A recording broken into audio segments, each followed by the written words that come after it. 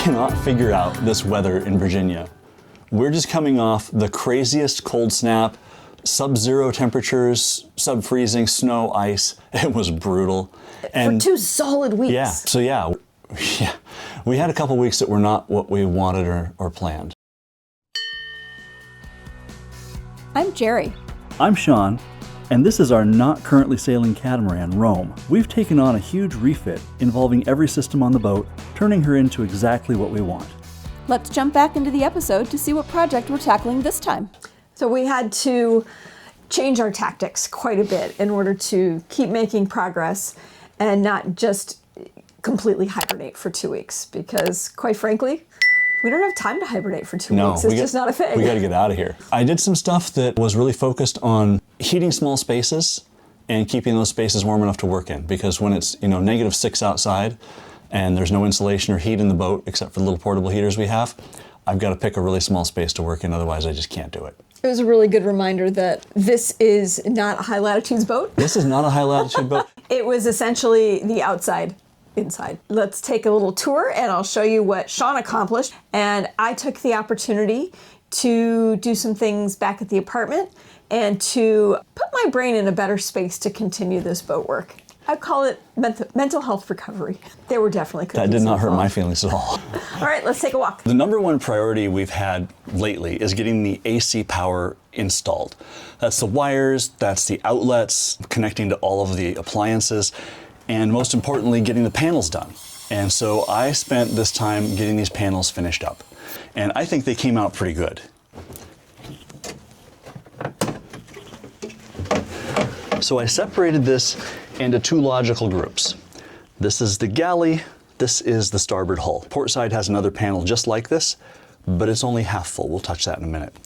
What we did is we added enough power to run everything that we need to, especially in the galley, without tripping breakers. And so lots of capability up there, lots of power going in. We have 10 kVA of inverter to supply the power and enough battery to push it really hard, which means that we can run the induction cooktop, the oven, the dishwasher, and any number of plugged-in appliances like, I don't know, a mixer, a flour mill, a blender at the same time, and not overload the system or trip a breaker. Now, as cold as it was, I had to actually put a heater in the bilge, a little parabolic dish heater set on high to generate enough heat down here to keep my feet from freezing solid against the hull, because there's no insulation between my feet and the outside here. And then in addition to that, I had the little radiator heater, the oil radiator, sitting right over here to keep me warm. And so it created enough heat in this little tiny space that I could function. Was it comfortable? Not really. I also had the heat gun, and so I had a 1200 degree heat gun blowing to warm up wires to get them flexible enough to move into place and keep my hands thawed out. It was not pleasant, but it's done. So these panels, they are water resistant. We got panels that have gaskets around the seal here, around the seal on the back. The screws are gasketed. And I used cable glands on the bottom so that we can seal it up to keep the moisture out. As you can see, this one's only half full. We have room to expand. I don't really see it, but who knows? But same story, enough power to run everything on this side with a single cutoff, and lots of GFCI breakers so we don't have GFCI outlets, and that's the case throughout the boat. And our beautiful power wall is still a work in progress. As you can see, there's lots of open stuff. There's no power in here yet, so it's all still safe. This is our main distribution panel though, so the power will come from our inverters to our automatic transformer to this panel, where we have a 100 amp service, which is pretty freaking cool. 100 amp service on a boat is pretty nice. And then distribution out to our 3 panels, which they're really 2 panels, but with 3 main zones. So the galley, starboard hull, and port hull. And then we have some other stuff going on over here for chargers and for outlets in the salon that don't have a logical panel other than this one. Anyway, this is the same kind of panel, same waterproof seals, same cable glands, lots of heat shrink and anti-ox. Finally, we had to install a separate AC circuit and really a whole configuration. We have a 230 volt 50 hertz transformer for European power and a single breaker to supply power to the washing machine on the other side of the boat. And so this guy will let us run the washing machine, which, as it turns out, is really important. So before we move on to other spaces, there are a couple other things to touch on this power wall. One of the big challenges with any installation is cable management. You want it to be organized, you want it to be manageable so that if you have to make a change or troubleshoot something, you can get to the cables. You also don't want it to be all bound up and enclosed where it generates heat in a closed space. And so what I did is I went with a metal wire cable tray instead of a plastic or nylon cable tray that is enclosed. It's really common that people use those. I really like these. They're sturdy. They take all the weight we want to put on them. And it still allows me to secure the cables. These are all zip tied down so they're not going anywhere. It allows them to breathe better, to manage temperatures, and ensure that we're not overheating the cable by virtue of generating heat in an enclosed space. I am concerned about rust. Anytime we put metal on the boat, I'm concerned about rust. These are not stainless. And so we'll be keeping a close eye on these to decide how that goes. They are coated. They should not have any rust issues. Keeping the space warm enough to work was interesting. I had the parabolic heater sitting right up here with me, and I had the oil radiator down below to heat the little cabin. I closed the door to the forepeak on this side to try to reduce the airspace in here. And up here, it actually got comfortable enough I had to take my sweatshirt off. So that was a nice change. A boat this size ends up with a lot of pumps, and each of our bilges is going to have 2 bilge pumps and 2 shower pumps to pump the water out of the showers instead of a sump box.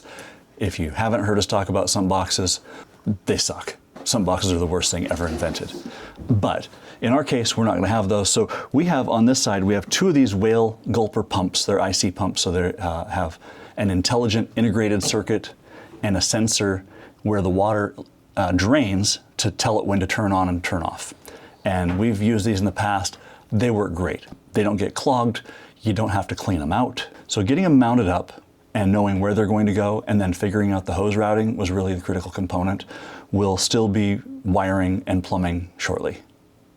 As cold as it was, trying to work with hose that's frozen just wasn't a thing. The plastic bilge pump hose might even have a tendency to break at the temperatures we're dealing with down here. So the real priority was getting them mounted up.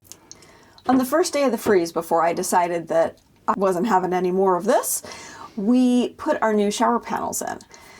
The panels are what holds the fixture to the wall, and what used to be here was wood. Well, we've said it before, our opinion about wood and boats, we don't think they belong together. So we decided to get creative and used a sheet of fiberglass and then made it pretty with an epoxy resin pour. We decided that our beautiful new fixtures, because we really did go all out on these fixtures, deserve to have just as gorgeous a mount. It'll be like a little surprise for any guest who has the privilege of taking a shower on our boat. So the heads are not very big. They're a pretty small space, so they're a lot easier to warm up. So I was able to do a few more things in here, or at least a couple more things than I was able to do in other spaces. One of them was getting the drains attached to the sink so that we get the water out of the sink, out of the boat. And our sinks and the heads go directly over the side. So it's just a really short piece of hose to a through hole that's above the water line. Getting that attached was nice. It is a 90-degree fitting, which is not my favorite thing, but that's how it's designed, and it's just water, so I'm not really too worried about it. While I was here, it also made sense to try and get the toilets hooked up a little bit further and complete that process. So I was able to install the controller, because the electric toilets do have a little microprocessor to tell them how long to run. So I was able to get most of that wired up using my favorite Deutsch connectors here that are watertight. But then also the control panel, I designed and printed a new cover so that we have something that's the same color as the boat as opposed to a shiny glossy black thing that really looked out of place.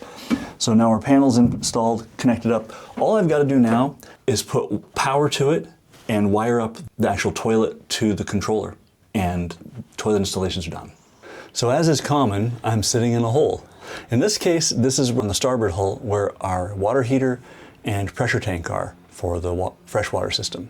And this is a small enough space I was able to warm it up and do the work down here and really finish up the installation of that part of the water system.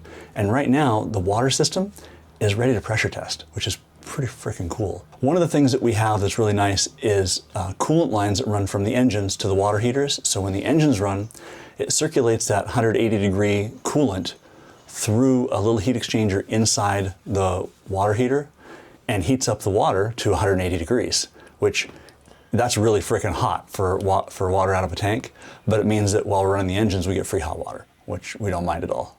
So on the water heater, we have 4 lines going in and out, right? We've got our cold supply, we've got our hot out, and then we've got our coolant in from the engine here, and coolant out here goes back to the engine.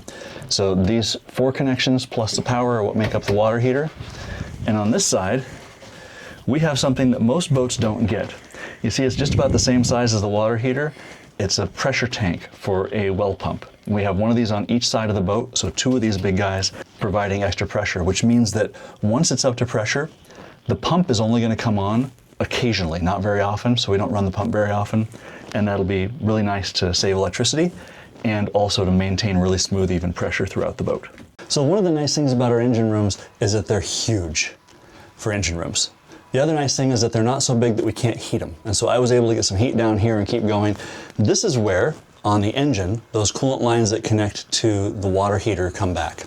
And so the supply line on this side, the return line on this side, and these are anchored down to the engine and through a custom bulkhead fitting that I printed to keep them sealed and tight, and then onto the water heater.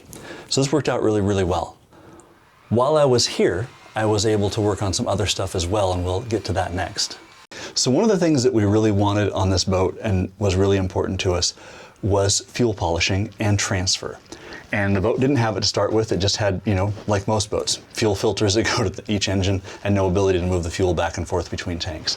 So I did some design work and put together a really pretty sweet fuel polisher. So it's a pump, 3 valves, and a water separator fuel filter. And there's a bunch of automation that we can add to this as we go down the road. Things like changing this manual valve on the bottom to an electric valve so that when we get water, the water sensor senses, we can automatically drain the water out of this into a container. I was able to put this together because we could keep it warm down here. And this was definitely a jigsaw puzzle. It was really complicated to figure out and map all the pieces, but I'm really happy with the way it came out. I also added back here the ability to pull fuel out of a jerry can and polish it going into the tank. So if we go somewhere where there's questionable fuel, we can polish it going into the tank so we don't risk putting a bunch of crap in the tank right out of the gate.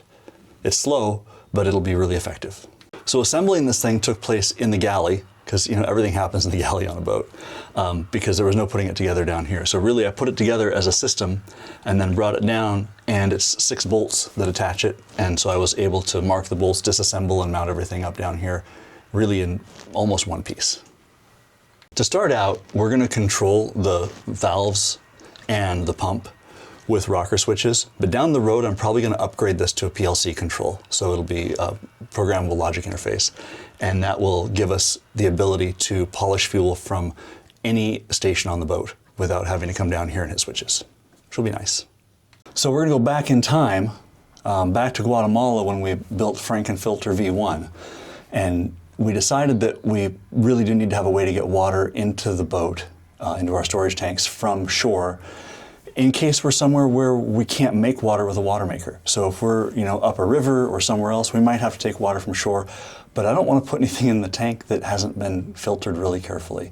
So Frankenfilter V2 is back in business, and it's the same 30 micron, 20 micron, 5 micron charcoal activated carbon filter going into the tank. And this is going to help us make sure that whatever we put in the tank is something we can drink and not get sick. The only thing we're missing on this, we have room to add back here, is a UV purifier. And we probably will do that, we just haven't done it yet. The reason we call this Frankenfilter is when we were in Guatemala, we could not get the fittings to assemble it simply. And so we had pieces of hose between each filter head and adapters and reducers and all kinds of crap between each of these to try to get it to a size where it could go together and connect, because it just simply wasn't available. Now it has great pieces. It's really not Frankenfilter, but it was named and it shall remain named. Well, this cold snap has looked very different for me than it has for Shawn. While he put up with the cold temperatures, warmed himself up using the heater, and managed, I took a break, mostly. My cold snap has involved a whole lot of, reading, napping, and baking. I baked bread.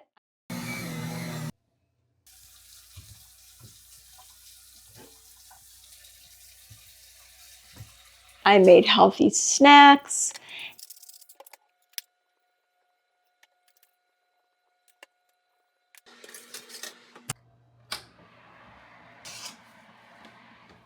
And I then balanced it out by baking cookies. Always a favorite.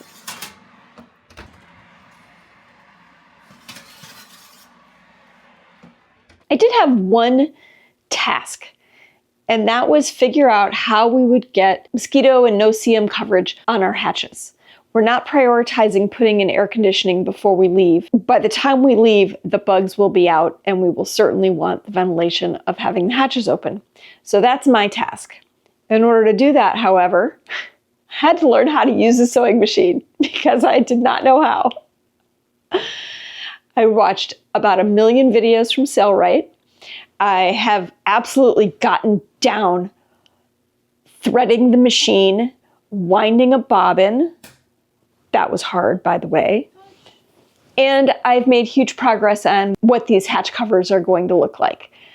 When I actually get one that works, I will show you how I did it, because let me assure you, there is nothing available on YouTube or through Sailboat or anywhere else that I could find that would accommodate a hatch flange, so the part where the hatch sits, that is not metal and therefore not magnetic.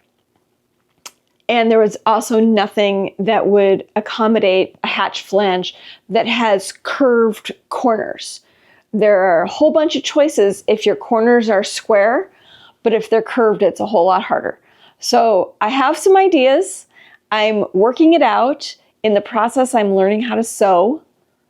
Always a good skill to have. I just never really bothered before. I will share that with you when I have a semi-successful product. I'm not really going for successful. I think that might be too big a stretch. But once I have something that kind of works, I will share it with you in case somebody else has the same circumstances and the same criteria they have to meet for their hatch covers. Sonny's. Seriously. The cold snap is over. It is. Thank God. I mean, it honestly, I don't want to say this because I know it isn't true, but it's mid-February and I hear the sounds of buffers and the sun's out and it's not bitter cold and my brain says, ooh, is it spring? It is not. It's not. I know it isn't. But today feels like it's hinting towards spring. So hopefully we won't have too much cold coming up. I'll be honest, it's nice to hear the buffers in the background, because during those couple of cold weeks and basically for all of the dark and cold of January, it was desolate around here. Yeah, nobody was here. It felt a little lonely. It felt like we were in our own little graveyard of boats. Very much. Very much. Which was sad. But fortunately, we've turned the corner and we are ready to move on. But we really appreciate you coming along to watch all of our cold snap projects. And I hope you were thinking warm thoughts for us, because we really needed them. And we hope you were somewhere warmer than we were. Absolutely. Thanks for watching. If you liked this, you know what to do. Hit the like button. If you got all the way to the end, leave us that emoji and let us respond. We love responding back to you guys. You know that. And if you haven't subscribed yet, smash that button. It's a completely free way to help our channel grow and really encourages YouTube to push our content out to a wider audience. We'll see you next time. Bye.